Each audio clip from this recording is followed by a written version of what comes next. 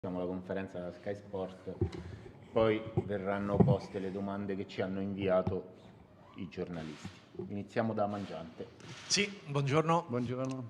Poco fa c'è stato il sorteggio per il tabellone, il draw dell'Europa League. Che idea si è fatto e se si aspetta anche di avere anche per l'Europa League Chris Smalling? Devo dire che in questo momento sono tutte squadre difficili, ma io penso che non dobbiamo pensare più avanti. Abbiamo la partita con Sevilla, solo dobbiamo pensare in questo momento nella partita con Sevilla. Dopo, se vinciamo, vedremo, sono tutte squadre forti in questo momento. L'altra domanda? Per ora il prestito di Smalling è fino al termine del campionato, se si aspetta di poterlo avere anche per l'Europa League.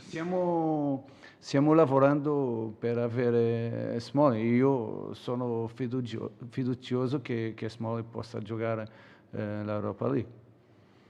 Venendo al campionato, adesso è infortunato, Smalling non ci sarà domani a Brescia. Le chiedo se per confermare questo indirizzo nuovo tattico con la difesa 3, se ricorrerà a Fazio per mantenere appunto la linea 3 e come sta Dzeko. Sì, è vero, giocheremo con la difesa 3 e Fazio giocherà domani per sostituire Cristante. Dopo Dzeko, vediamo, non possiamo dimenticare che Dzeko ha fatto queste ultime 2 partite, poco tempo per recuperare. Dzeko ha lavorato molto difensivamente in questa ultima partita.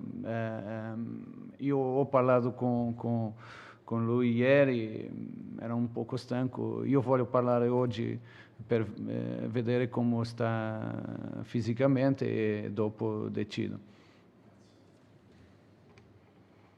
Corriere della Sera, in assenza di Smalling e Cristante, Kolarov può giocare nei 3 difensori, l'ho già fatto al Manchester City, se sì, meglio lui o Mancini in fase di impostazione? No, come io ho parlato, domani giocherà Fazio, ma penso che Kolarov può anche fare questa posizione. Ha giocato nel passato, ha allenato in questa posizione, può giocare. L'Ansa le chiede, è soddisfatto della stagione di Lorenzo Pellegrini? In che cosa deve crescere ancora per diventare un trascinatore? E il Corriere dello Sport aggiunge, Pellegrini è sembrato in crescita contro il Parma, che cosa gli manca ancora per passare dall'etichetta di grande talento a quella di campione affermato? Come voi sapete, io sono mai soddisfatto,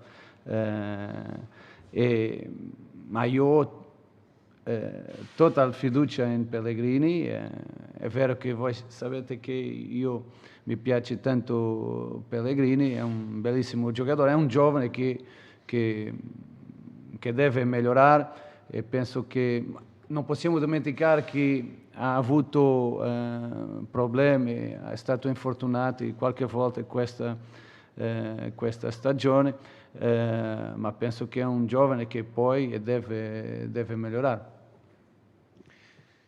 Il Romanista le chiede se dovesse fare delle percentuali in un momento particolare come questo, quanto secondo lei di una prestazione di una squadra dipende dalla condizione atletica, quanto dalla condizione mentale, quanto dalla preparazione tattica e quanto dal valore tecnico individuale, se questi valori in qualche modo hanno subito dei cambiamenti rispetto a prima dell'emergenza.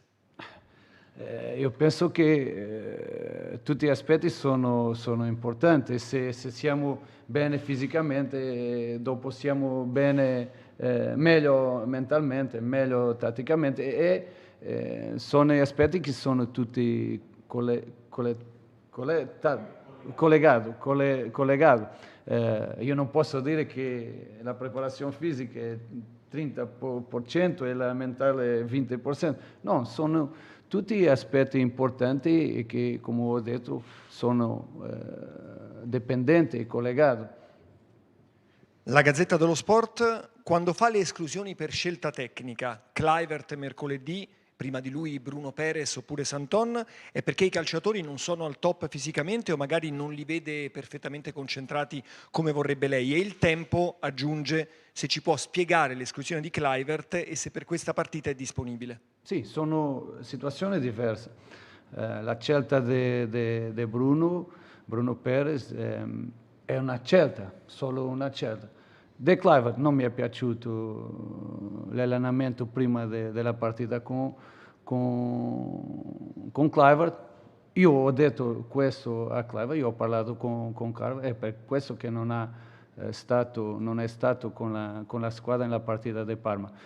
Penso che Kluivert ha reagito molto bene, ieri ha allenato molto bene e se oggi allena bene volterà a essere un'opzione.